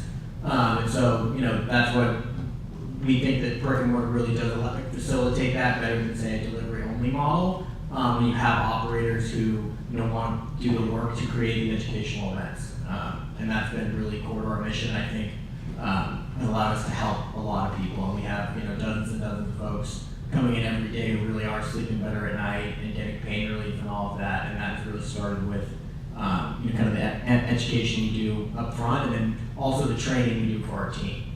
So that's a big component that before folks ever kind of make it on the sales floor, they go through kind of an extensive process that we developed working with local physicians and nurses and things like that to really put together kind of general dosing guidelines and ways that they can help respond to folks' questions and things like that, as well as going out. And so we've gone out to senior centers and done talks there, and even went out to Oakmont in Santa Rosa and brought people in vans and kind of showed them what a dispensary could be and all that kind of stuff, because there's a lot of fear. And so also inviting people in and having things like open houses and things like that has been really helpful so that folks can really get the most benefit out of it. I think it's really important when you at a retail dispenser to have that patient or customer connection with the bud tender or customer service agent. They're much more than just a cashier or a retailer. They're asking questions. They're triaging the customer or patient to find out, what's their level of sophistication with cannabis. Have they consumed it before? How have they consumed it? What types of needs they have. Most of the adult use clientele still has a need. That they're not just coming in for the effects, for the fun of it. They have sleep issues, they have pain issues, they have other issues. So you really have to make that personal connection and ask the questions of the consumer to help connect them to the product, and then also really stress to them things like dosaging, stress to them the effects that the different types of cannabis can have listed in them. Do they not want to get a psychoactive effect, and connect them with the CBD product, etc. And then also I do think literature that we hand out, it's mandated, it's beneficial because it also reinforces when they go home, they can read that card that says, oh, what I was told in the dispensary, start with 5 milligrams or 10 milligrams. Oh, it's written down, it's official, it's something that we maybe need to take to heart, but it's really that personal connection and being more than just a cashier or a retailer, but being more of a consultant. Could you said the word dosaging, and some people may not know what that means. So you talk about what that means for some of the dosaging. So edibles are dispensed in milligrams, and the new state mandates that there's packaging guidelines, but we really recommend that people start off with like 5 or 10 milligrams, even 5 milligrams, just the bare minimum. We even have products with 2.5 milligrams or less of cannabis. And so it's like, you're looking at alcohol percentages, you're looking at things like that. You know, if you're having a 40 proof shot of a drink, you can have a number of different liquors that will get you the same effect. Just like that, we have a number of different products and they're all dosed out. And it's just very important to be mindful. We have folks that have been medical patients for years that require hundreds of milligrams in order to reach a level of comfort or whatever they're trying to get at. Whereas, a new customer, a new cannabis user might need 5 milligrams. And also people need to realize that when you learn in the store that patient interaction, smoking is different than ingesting. I've got colleagues in my store that could smoke, an amazing amount of cannabis, yet they cannot even consume it edibly because it's just too much for them. Yeah. And then, so it's really important to educate the public about that. So, counseling has always been a key component of my work with the Marin Alliance with the patients for over 20 years. And what I find confusing is that they're considering banning counseling as part of the services in retail. And I don't know why they're considering this at the state level, but this doesn't make any sense. Obviously, it's a very, very important part of what we do. And this is why I'm asking you, because you're working directly, obviously, with the state, is why would they consider banning counseling? That was they were floating this in the permanent rules. That's a good question because a lot of you will have that service in there. Obviously there's essential massage therapy, others. It's part of the healing part of it because of the education component of that. Why the state does that, I think it's more of how you have the limited access areas and how that is built out. And we haven't gotten into deep discussions about that, but that's something that I can look into to see how it's impacting those that are actually providing that, because I don't know why. I think it may be restricted of where areas it can be. So just to those that understand, there's what they call limited access area. So if this blue line was one side of the reception area, well, once you cross that blue line and you're no man's land where you shouldn't be, then there's certain services that they don't want the patient to be there, or only employees can be. And so how they provide certain services like therapy, it could be holistic, it could be just counseling, it could be other services, where they don't want that in the limited access area, where that's kind of what the concern is how do you separate those functions on that. So I'd be more happy to look into that, so thanks for reminding me about that. You wanted to say, oh, she did? Okay. One thing I like to, because I know we're timing people probably want to do in the panel, is that I'd like the panel to give an example of a challenge that they've gone through being in the community that they're at, and how you as the community here, and also some of the policy and admin people can take that lesson learned as they develop a program and learn from that process, or what challenge they've gone through to continue their growth process as a business. Tough question, huh?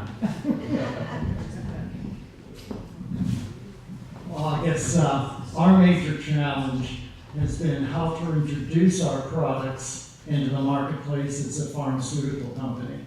We're approaching the cannabis industry from a slightly different perspective than those who have been traditionally in the cannabis business. As a biopharmaceutical company, we have prescription drugs and FDA clinical trials, And cannabis is a minor aspect of our business. We intend to develop these products to pharmaceutical grade standards. We're audited twice a year. We follow federal regulations 21 CFR 111 and 211 for prescription drugs.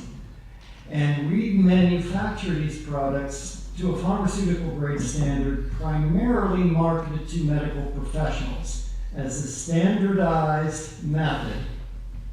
And it's available in both an intravenous formulation for doctors and an oral gel formulation in standardized strengths, so that the doctors or medical professionals can then prescribe them or recommend them to their patients for specific medical conditions, rather than suggest a smokable product or a product of unknown origin or strength. We're primarily looking to standardize the dosage form and standardize the packaging and presentation, primarily for medical patients. We have a question for you. Yes, please. And how are you educating the physicians about this? Sorry, I can't. How are you educating physicians about this? All right now we're just getting into that by showing them our product literature and packaging. And they've been very well received due to the consistency of our packaging and the universality of how they can sort of pick and choose which products to use. Right now we have 3 cannabis-based products. And it's just mainly the same way we educate doctors with drugs. Great.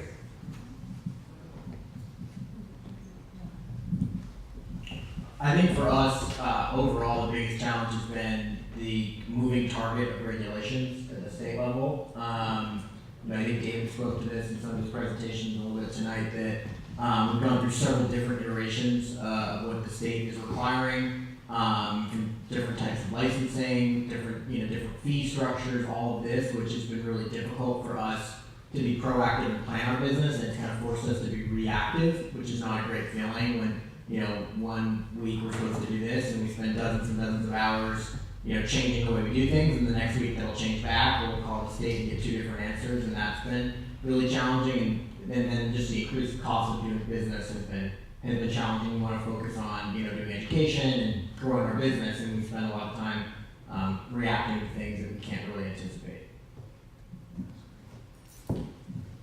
Well, we were getting past notes up here as well, which I don't really have an answer. You want me to say? You want it? Is it, can we do You this? don't mind? Can we break the rules a little bit? Well, Because he's got a good challenge that we brought up in Is Sonoma it a question or is it? No, He's like our colleague. Okay. Yeah. So, I'll just go here. yeah, so I was just gonna say, I was gonna scream,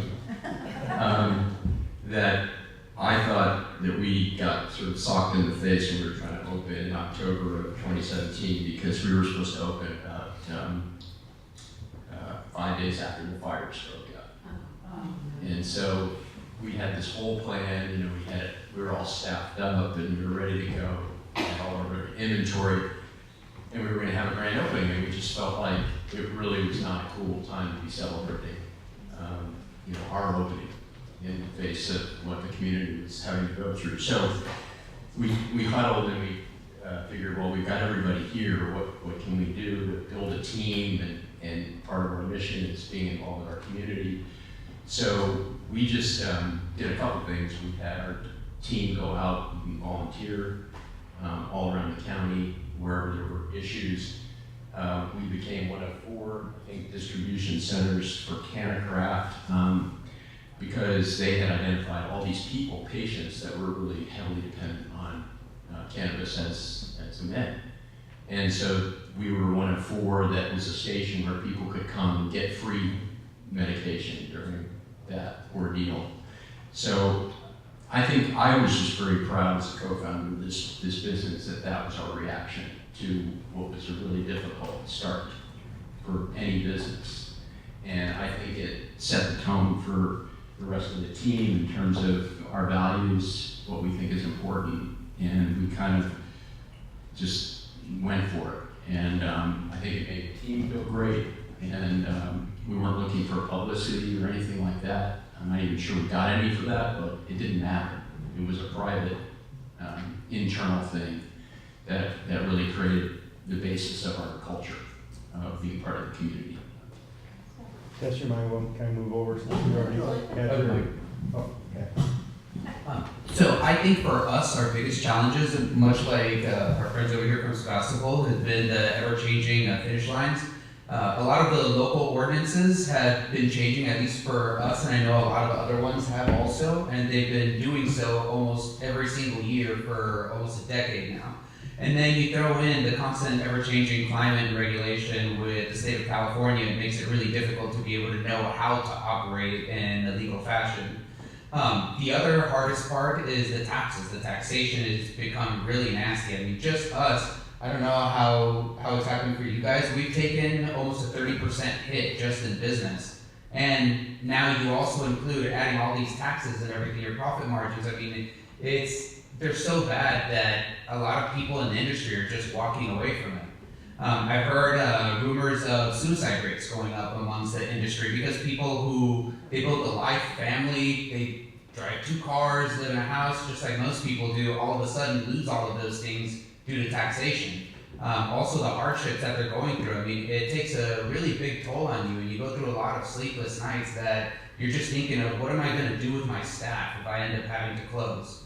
And those are really hard things to want to try to bring up to even to staff. We've had staff members that have quit just because it's way too difficult for them. And a couple of them have moved out of state because they just don't want to be a part of not only just the cannabis community, but they don't want to be a part of this big California taxation wave that seems to go over every industry that ever sprouts that wants to do. Like for us, we're much like, I'm assuming you guys have been very compassionate with the communities where you work in. We've served the people, we serve over 20 different 501c3s. We donate free medicine to our patients just like most everybody does. And come 2018, when all regulations changed, everything that you were giving to patients before, like for us, anybody who's terminally ill, we give everything that they require as far as cannabis products. So we don't just give them a set type of goods, we give them exactly what it is that they require. And some of them have been almost $4,000 a month. We have to pay to give them free products. We have to pay 15% on top of giving them something for free. Plus now the timing also that your employees have been there helping them, maybe a delivery driver that went out to see them, and these are all costs that we're taking on.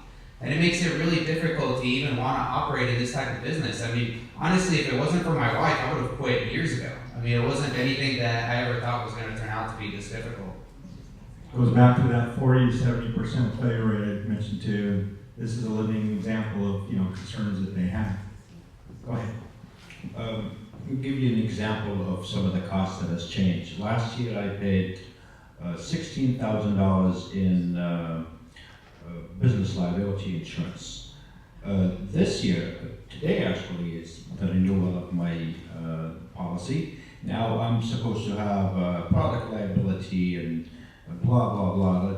$56,000 is my the bill. I have a retail and I do have a cultivation. I ended up today actually just paying half of just the liability one. So it's the expenses are this high. On top of insurance, we're supposed to get a surety bond. I don't know why. Instead of having one person at the door, you're supposed to have 2 people at the door, all days and all operation hours. That's on top of the fact that your landlord is going to want to charge you maybe 4 times the fair market value of the thing. So I have been in business 15 years. I think by 2019, or early 2019, quite a bit of people will actually go out of business only because, like me, like a lot of new things are happening. Like $56,000 for the insurance. I did not factor that in. The car, the 2 drivers in the car. So there'll be a lot of consolidation. A lot of people will go out of business really soon. Yeah, so just to, I suggest, the payroll gross receipt tax is really high. in the cannabis industry, like when you talk about $4 million a year, and you want to charge like 10% of the gross domestic, of the gross receipts, what is that? It's like $400,000? I mean, it's, yeah, it's getting funny. Thank you. I could share a statistic from Sonoma County. At one point, they were predicting there was going to be at least 428 cultivation permits, and in May there were 5. So if we have 1.1% of our predicted permits going through, that means 99% of our jobs and our small companies are going out the door right now. And so that's a huge dramatic change for some of these mom and pops that have been in operation for a very long time. The biggest concern for me is the loss of the small companies that existed here in California. Well, what I'd like to see is a smooth transition for those companies, people that existed as providers, because they took a risk for us that no one else was willing to take a risk for it during those times. And I think that we should look at costs as being reasonable to help the smaller players. Things like having reasonable tax rates, things like having reasonable fees. I also think we should look at zoning. If we make it too limited, what will happen is the competition will come in and outbid each other, and only your players with larger financial backing will be able to get through. So my advice is to make this a threshold that your smaller players can participate, so we can have small business thrive just as well as big business here in California. I think I agree with my colleagues up here. Compliance is probably our #1 challenge right now. The goalposts change every couple months from the state. Like in San Francisco, they're interpreting things different than what we've been told by the BCC, and et cetera. So compliance is a big challenge. The fees, the taxes are obviously a challenge. But what's actually gotten better though is the perception in the community in terms of just the acceptance of cannabis. We found that we've donated for years to a local organization that supports a park in our neighborhood. And for years we've had to make donations to another nonprofit, and then that nonprofit would donate to this nonprofit because they didn't want cannabis attached to them. And just last month we made our first direct donation. So so there are a lot of challenges, but there have been some real changes over the last couple of years, I think, in terms of how we're perceived. And we really do want to be perceived as another business, a socially responsible business that's willing to be a good community member. I just have one last thing. For somebody like us who's taken a 30% hit on the market on the amount of people that actually come to visit us, and I'm assuming most people have had somewhere around there, all of those people didn't all of a sudden stop consuming the product. All of those companies that didn't make it past January, that may have had $2-3 million in inventory, guess where it goes? It goes right to those patients. So the people who have been trying to operate legally to respect all the laws and pay all of their taxes are the ones that take the biggest hit, and the consumers just go elsewhere where the product is cheaper. So you can see by some of their experiences, getting to normalization is not an easy task. And as they transition to that, they're far from done. We just got the new regs that came out less than a month ago, and again, they moved on us again. We're at the end of the 45-day hearing process for input for that, and then they're going to have to react again one more time to new regulations that will be coming on that will impact their businesses. So appreciate all the time that you guys have got here, and Mike wants to close. Before we do, is there any one last question that we just got to ask? No? Okay, thank you. And thank you, David, and thank you again to our panel members. Again, as I mentioned earlier this evening, this is completion of our community workshops, where we will have some community presentations at the council level. So please stay engaged and involved. Please register online if you haven't already. Please take our survey that's online as well. Also, I want to give a acknowledgement to a couple of our elected officials that are here in the audience this evening. I want to recognize Mayor Pro Tem Drew, who's in the audience, as well as Councilwoman Eklund and Councilwoman Atkins as well. We thank them for being engaged and being involved in the process as well. Again, this is a very important issue for the community, very controversial, and so we want to make sure that we have all stakeholders involved and have their participation and input in the process. So again, thank you again for coming out. Thank you for our panel members again. David, thank you for your presentation. You guys have a good night. Thank you.